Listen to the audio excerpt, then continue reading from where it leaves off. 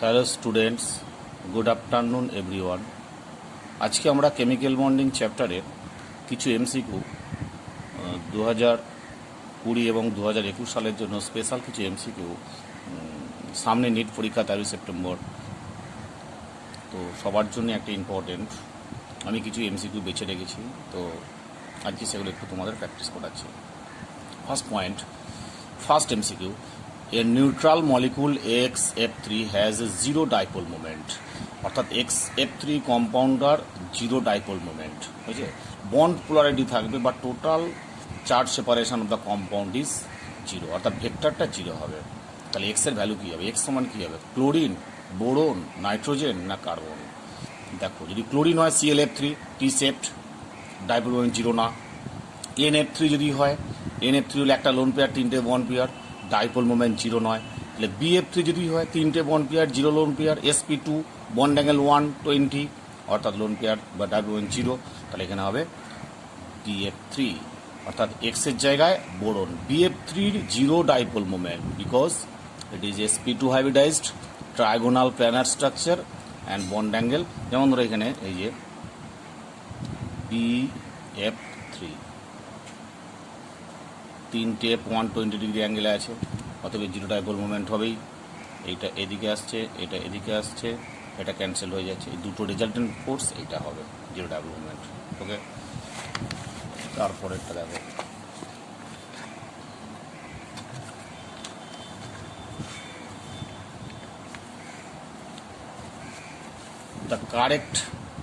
the correct order of dipole moment of HF, H2S and H2O.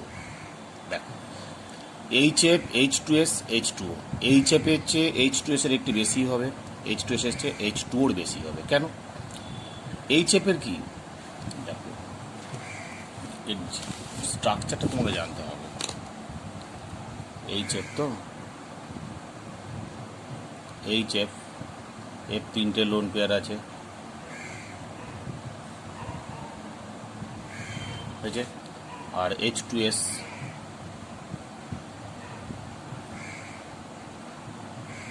দুটো lone pair, এইটা এইদিকে যাচ্ছে, এইটা এদিকে যাচ্ছে, আর এই লোন পেয়ার এই লোন পেয়ার দিকে যাচ্ছে, রেজাল্টেন্ট ভেক্টর ওপর দিকে কাজ করছে। তাহলে এইটা এদিকে,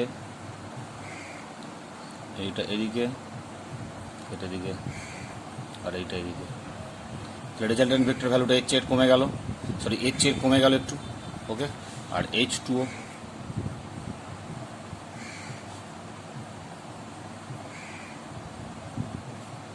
তাহলে সালফারের চেয়ে oxygen element, bond polarity high, অর্থাৎ এইটা চেয়ে এটার বেশি হবে। তাহলে ডাইপোল মুভমেন্টের ভ্যালু HF এর চেয়ে H2S, H2S এর চেয়ে H2O। ক্লিয়ার হলো? তাহলে এখানে দেখো কী হবে, HF এর চেয়ে H2S, অপশান এ। ওকে, তারপরে 62, which of the following possess dipole movement, অর্থাৎ কার ডাইপোল মুভমেন্ট পজিটিভ হবে? Possess dipole movement SF6A, SO2B, H2SC, SF6D। দেখো এখানে SF6 যেটা আছে, SF6 এর ক্ষেত্রে এই যে যা স্ট্রাকচার করা আছে, এইটা উপরেরটা নিচেরটা ক্যান্সেল করে দিচ্ছে, এইটা ক্যান্সেল করছে, এইটা ক্যান্সেল করছে, অর্থাৎ mu is equal to zero হবে, তাই না? এবার এইটার ক্ষেত্রে দেখো একটা লোন পেয়ার প্রেজেন্ট আছে, SO2-র ক্ষেত্রে একটা লোন পেয়ার, এইটার দিকে কাজ করছে, এর দিকে কাজ করছে, আর একটা লোন পেয়ার উপর দিকে কাজ করবে, তাহলে রেজাল্টেন্ট ভেক্টর নিজের দিকে কাজ করছে, তাহলে mu not equals zero. Clear? এবার দেখো SF4-এর ক্ষেত্রে এটা একটা লোন পেয়ার আছে, এইটা ক্যান্সেল করছে, ওপরটা নিচেটা ক্যান্সেল করছে, আর এই দুটো রেজাল্টেন্ট ভেক্টর লোন পেয়ারটা ক্যান্সেল করতে পারছে না, তাহলে একটা রেজাল্টেন্ট ভেক্টর থাকবে, তাহলে মিউ নট ইকুয়ালস জিরো। H2S-এর দেখো একটা লোন পেয়ার, দুটো লোন পেয়ার আছে, রেজাল্টেন্ট ভেক্টর উপর দিকে কাজ করছে, তাহলে মিউ নট ইকুয়ালস জিরো। তাহলে তিনটে কম্পাউন্ডের ক্ষেত্রে মিউ পজেস, অর্থাৎ মিউ পজিটিভ, তো একমাত্র একটা কম্পাউন্ডের মিউ ইকুয়াল টু জিরো। তাহলে এখানে দেখা যাচ্ছে 62-এর অ্যান্সার হচ্ছে C, B, C and D তিনটে কম্পাউন্ডের ক্ষেত্রে ডাইপোল মোমেন্ট জিরো নয়। ক্লিয়ার? এবার দেখো 79, which of the following structure is most stable. তিনটে স্ট্রাকচার করা আছে, তিনটের মধ্যে যেমন ClF3 এই ওপরেগুলোকে অ্যাক্সিয়াল পজিশন বলা হয়, আর এই তিনটেকে ইকুইটোরিয়াল বলা হয়, ইকুইটোরিয়াল। আমরা জানি লোন পেয়ার অলওয়েজ ইকুইটোরিয়াল পজিশনে বসাতে হবে ডিউ টু মিনিমাম রিপালশন। ওকে, তাহলে মোস্ট স্টেবল স্ট্রাকচার হচ্ছে এটা, বুঝছো, only one is the most stable. বাকি সবার ক্ষেত্রে দেখো স্ট্রাকচার 2 এ দুটো লোন পেয়ারকে অ্যাক্সিয়াল পজিশনে বসানো আছে, চলবে না। আর এখানে একটা অ্যাক্সিয়াল একটা ইকুইটোরিয়াল, তাহলে মোস্ট স্টেবল কনফিগারেশন হচ্ছে অনলি ওয়ান, বিকজ লোন পেয়ারকে সবসময় ইকুইটোরিয়াল পজিশনে রাখতে হবে, একদম টি শেপড। ওকে, ক্লিয়ার? তাহলে একটা জিনিস কি শিখলাম আমরা, কুইক অ্যান্সারের ক্ষেত্রে তিনটে পয়েন্ট দেখে নেবো কোথায় লোন পেয়ারটা ইকুইটোরিয়াল পজিশনে রাখা আছে। তাহলে একমাত্র এই দুটো, এই স্ট্রাকচারে অনলি ওয়ান স্ট্রাকচারে লোন পেয়ার দুটোকে ইকুইটোরিয়ালে রাখা হয়েছে। ক্লিয়ার? খুব ইম্পর্টেন্ট একটা কোশ্চেন 83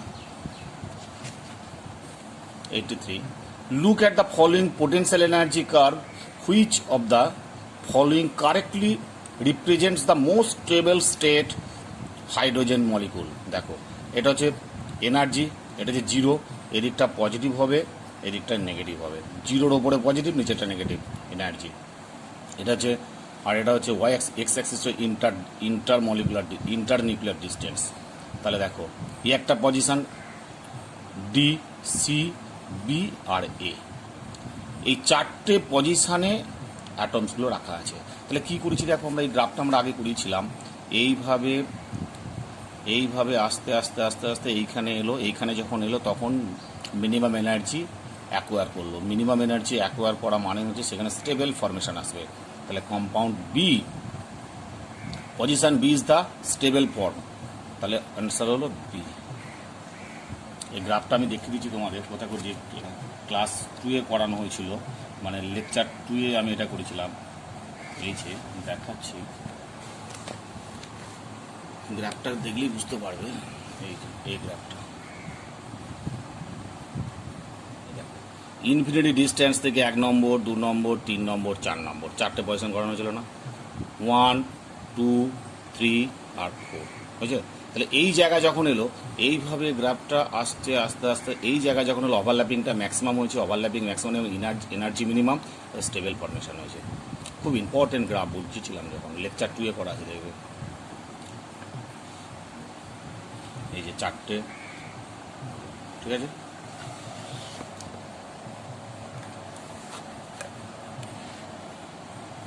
তাহলে অ্যান্সার হলো বিটা মিনিমাম এনার্জি এবং স্টেবল। তাহলে এই পজিশনটা হচ্ছে স্টেবল।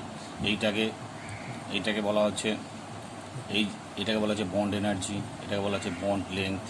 এই যে এটাকে বন্ড লেন্থ বলা হয়েছিল, এটা বন্ড এনার্জি। ওকে, খুব ইম্পর্টেন্ট। এবার দেখো এখানে একটা কোশ্চেন আছে, দেখো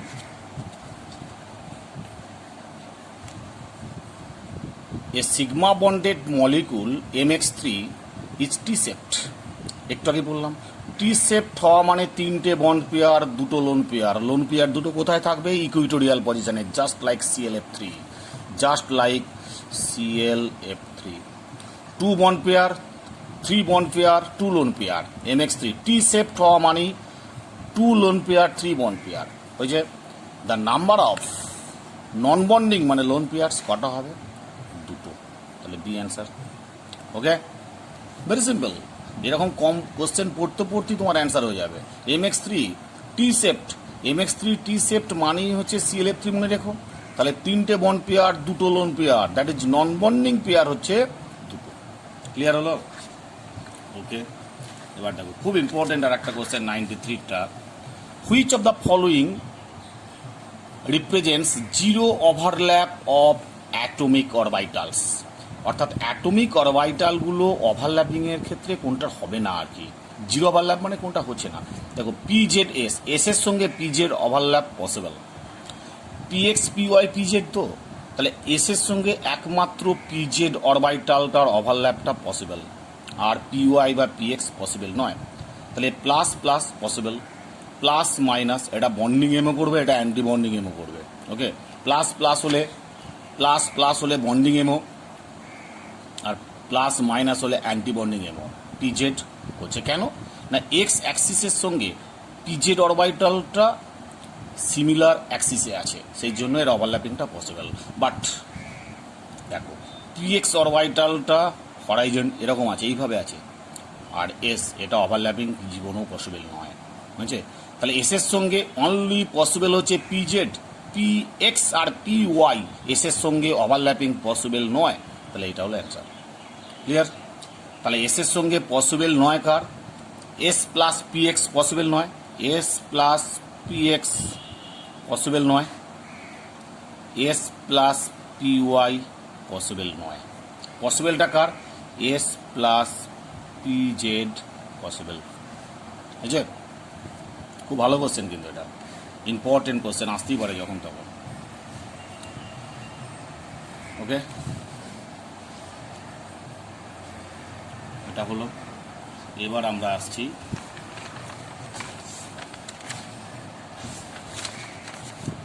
এখানে এই কটা কোশ্চেন হয়েছে।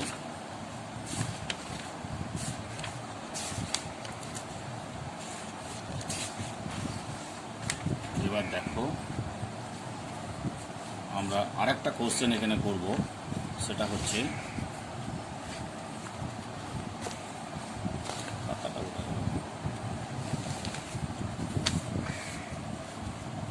আমরা আরও কিছু এখান থেকে একটা কোশ্চেন সেট সবসময়ই হয়, যেটা হচ্ছে তোমার ডাইপোল মোমেন্ট থেকে। ডাইপোল মোমেন্ট থেকে কোশ্চেন একটা সেট হয় সবসময়, খুব ভালো করে মনে রাখবে। ডাইপোল মোমেন্টে যেমন ধরো এখানে NH3 NCl3 আর NF3, NH3 NCl3 NF3, এই অর্ডারটাও জানতে চায়। NH3 NCl3 NF3 খুব ইম্পর্টেন্ট একটা অর্ডার। কার বেশি হবে? NH3 বেশি হবে, NH3 ক্ষেত্রে বেশি হবে, তারপরে NCl3 অ্যাকর্ডিং টু ডায়াগ্রাম দেখে নেবে একটু। আর একটা খুব ইম্পর্টেন্ট টাইপ আছে, যেটা হচ্ছে তোমরা প্র্যাকটিস হয়তো করেছো কিনা জানি না, যে এখানে কোশ্চেনটা আছে ক্লোরোবেনজিনের মিউ যদি 1.5 ডিভাই হয়, ফাইন্ড দ্য ভ্যালু অফ, একটা হচ্ছে অর্থো ডাইক্লোরো, মেটা ডাইক্লোরো, এইটা আর এইটা খুব ইম্পর্টেন্ট। এবারে কিন্তু কোশ্চেন আসার সম্ভাবনা অনেকটাই বেশি। তাহলে এটার যদি ক্লোরোবেনজিনের যদি 1.5 ডিভাই হয়, তাহলে ডাইক্লোরোর ক্ষেত্রে কী হবে? √3 মিউ √3 1.5, ভ্যালু যা থাকবে তার সঙ্গে √3 মাল্টিপ্লাই করে দেবে, √3 × 1.5। ওকে, আর যদি মেটা হয়, মিউর ভ্যালুটা যা দেওয়া থাকবে সেটাই হবে অ্যান্সার। আর এটার ক্ষেত্রে দেখো এটা ক্যান্সেল করে দিচ্ছে, তাহলে মেটা একই অ্যান্সার আসবে এটা। আর এটার ক্ষেত্রে সবটাই সব ক্যান্সেল করে যে মিউ আর ইকুয়াল টু 0। ক্লিয়ার?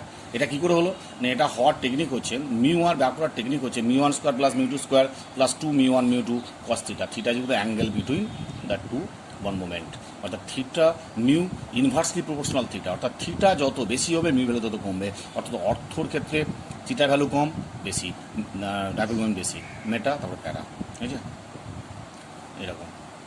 আর একটা খুব ইম্পর্টেন্ট কোশ্চেন ছিল, এবারে পড়তে পারে, যে CL ডাইপোল মোমেন্ট 0 ক্যান্সেল করে দিচ্ছে, CN মিউ আর 0, বাট OH এর ক্ষেত্রে মিউ আর নট ইকুয়াল 0, কারণ OH এর ক্ষেত্রে দুটো লোন পেয়ার আছে অক্সিজেনের, মিউ আর 0 নয়।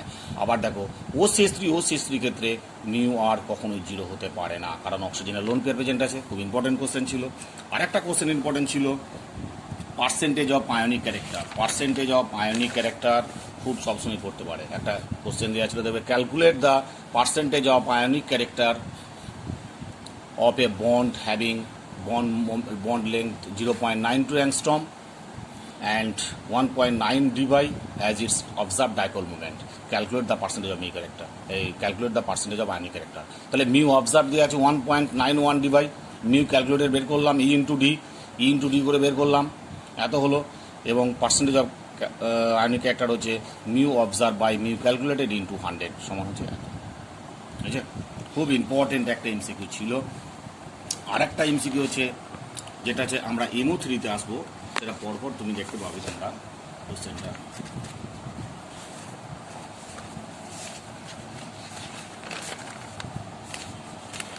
এখানে কটা হলো,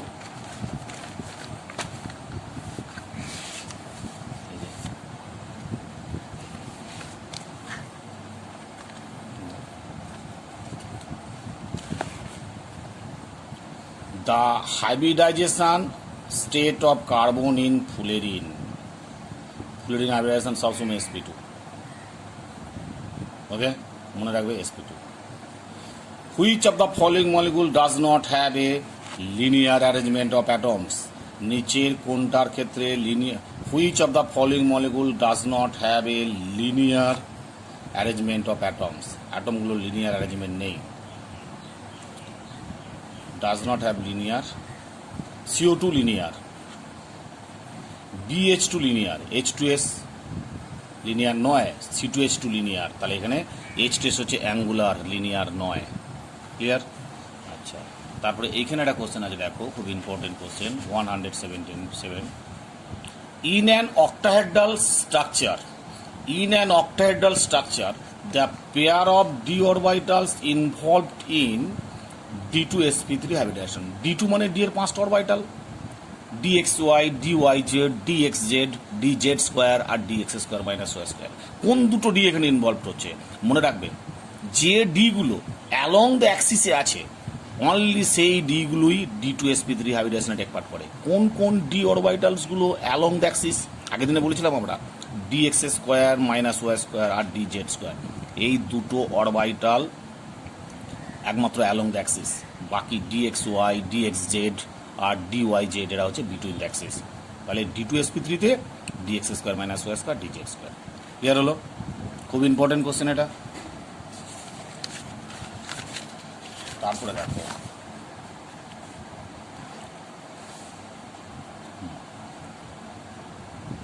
the theory capable of explaining paramagnetic behavior of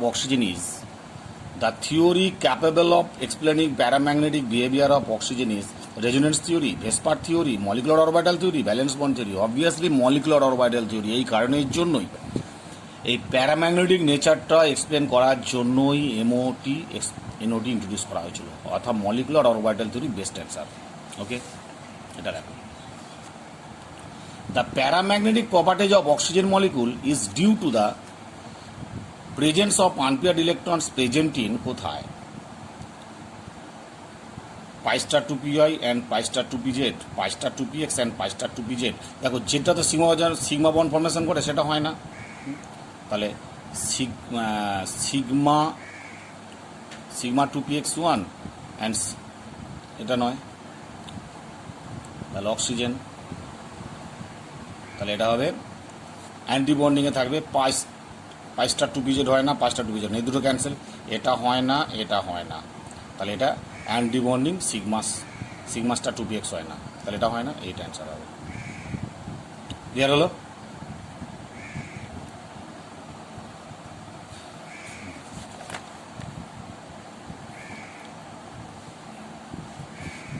এবার এটা দেখো, the hydrogen bond in shortest in, কোনটার ক্ষেত্রে হাইড্রোজেন বন্ডটা সবচেয়ে শর্ট হবে? SHS, SHO, দেখো SHS তো হাইড্রোজেন বন্ডিং করতেই পারে না, তাই না? তাহলে SHO এটা করতেই পারে, NHO করতেই পারে, হ্যাঁ, FHF, এইটা সবচেয়ে স্ট্রং বন্ড, যেটা স্ট্রং বন্ড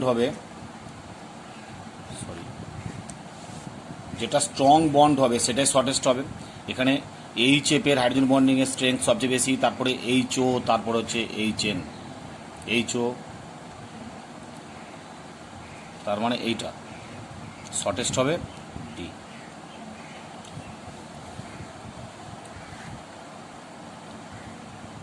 আচ্ছা, এখানে দেখো এটা, the vapour pressure of orthonitrophenol is higher than paranitrophenol, vapour pressure of orthonitrophenol is higher than the paranitrophenol. কেন? অর্থোনাইট্রোফেনল কি হয়? ইন্ট্রামলিকুলার হাইড্রোজেন বন্ডিং হয়, ইন্ট্রামলিকুলার হাইড্রোজেন বন্ডিং হলে ডিসক্রিয়েট মলিকুলস হিসেবে থাকবে, আর এখানে এটার ক্ষেত্রে কি হয়? প্যারানাইট্রোফেনল ইন্টারমলিকুলার হাইড্রোজেন বন্ডিং হলে অনেকগুলো প্যারানাইট্রোফেনল অ্যাসোসিয়েট ফর্মে থাকবে, বুঝছে? তাহলে অ্যান্সারটা কী হবে? ডাইপোল মুভমেন্ট, ডাইপোল ইন্টারাকশন, না ল্যাটিস স্ট্রাকচার, না hydrogen bonding? Obviously hydrogen bonding, clear হলো? আর এখানে নেই। এবার দেখো,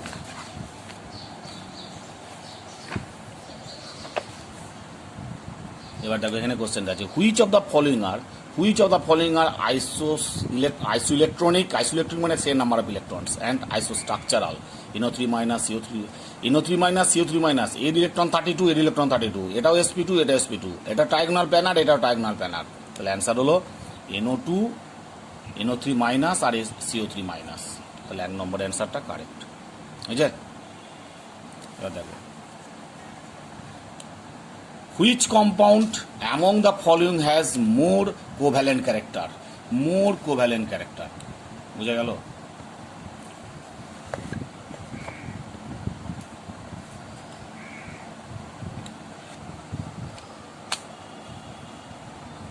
which compound among the following has more covalent character বুঝছে অ্যান্সারটা কি হবে NaI MgI2 Li3 না LCl3 একটা জিনিস মাথায় রাখবে ফ্যাজান্স টুল অনুযায়ী এখন আই আর ক্লোরিন আয়োডিন আর Cl মাইনাসের মধ্যে আয়োডিনের পোলারাইজেবল পাওয়ার বেশি I is the most polarisable বুঝছেন নেগেটিভ আর ক্যাটানগুলোর মধ্যে Al3 প্লাস পোলারাইজিং পাওয়ার বেশি তাহলে Al3 প্লাসটা অ্যান্সার হলো ওকে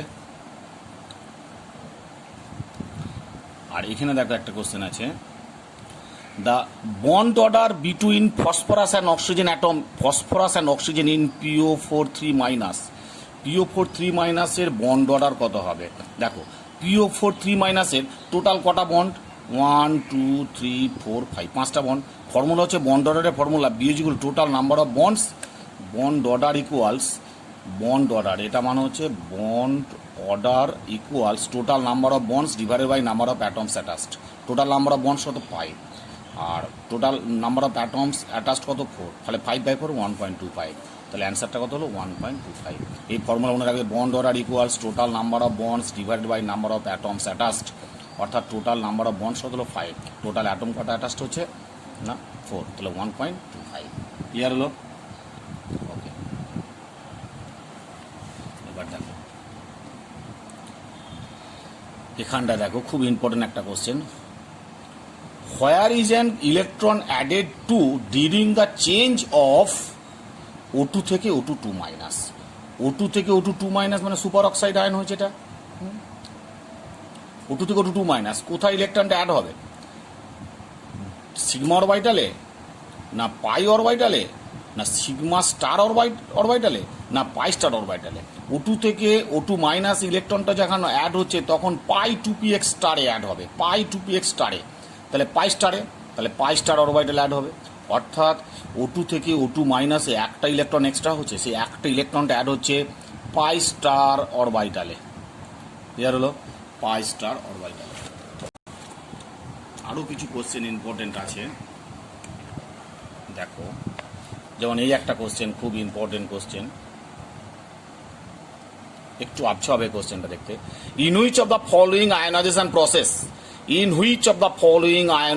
process the bond order has increased and the magnetic behavior has changed অর্থাৎ কোন আয়োনাইজেশন প্রসেসে N2 থেকে N2 প্লাস না C2 থেকে C2 প্লাস NO থেকে NO প্লাস না O2 থেকে O2 প্লাস কোন আয়োনাইজেশন প্রসেসে বন্ড অর্ডারও চেঞ্জ হচ্ছে এবং ম্যাগনেটিক প্রপার্টিও চেঞ্জ হচ্ছে একমাত্র NO থেকে NO2 প্লাসে NO থেকে NO2 প্লাসে যখন চেঞ্জ হচ্ছে তখন বন্ড অর্ডার 2.5 থেকে 3 হচ্ছে বন্ড অর্ডার NOতে বন্ড অর্ডার 2.5 NO প্লাসে বন্ড অর্ডার হচ্ছে 3 এটা হচ্ছে প্যারাম্যাগনেটিক এটা হচ্ছে ডায়াম্যাগনেটিক খুব ইম্পর্টেন্ট কোশ্চেন এবছরের জন্য কিন্তু ভাই ভেরি ভেরি ইম্পর্টেন্ট খুব ভালো করে কোশ্চেনটা বুঝবে যে এখানে চারটে প্রসেস করা হয়েছে N2 থেকে N2 প্লাস একটা C2 থেকে C2 প্লাস একটা NO থেকে NO প্লাস আর O2 থেকে O2 প্লাস চারটের মধ্যে কোন প্রসেসটায় বন্ড অর্ডার চেঞ্জ হচ্ছে as well as magnetic behaviour change হচ্ছে মাথা রাখবে NO থেকে NO প্লাসে এখানে বন্ড অর্ডার হচ্ছে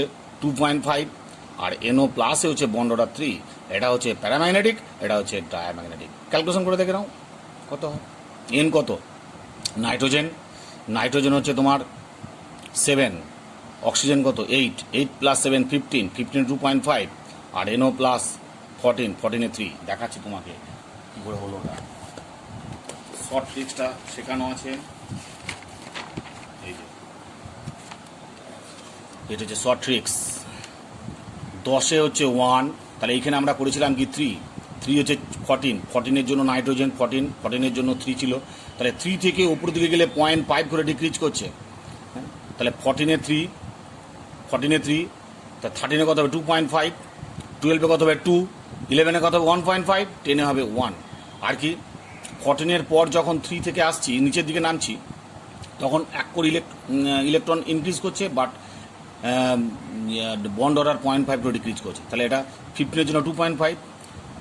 তাহলে এখানে কত ছিল, এখানে অক্সিজেন ছিল, এখানে ছিল এনও কত ছিল, N7, অক্সিজেন 8, 15 কত হচ্ছে 15 হচ্ছে 2.5 হয়েছে। আর এনও প্লাস যখন হচ্ছে, এনও প্লাসে যখন হচ্ছে তখন সেটা হচ্ছে এনও প্লাস মানে 14 হয়ে যাচ্ছে 3 হয়েছে, সেই জন্য দেখো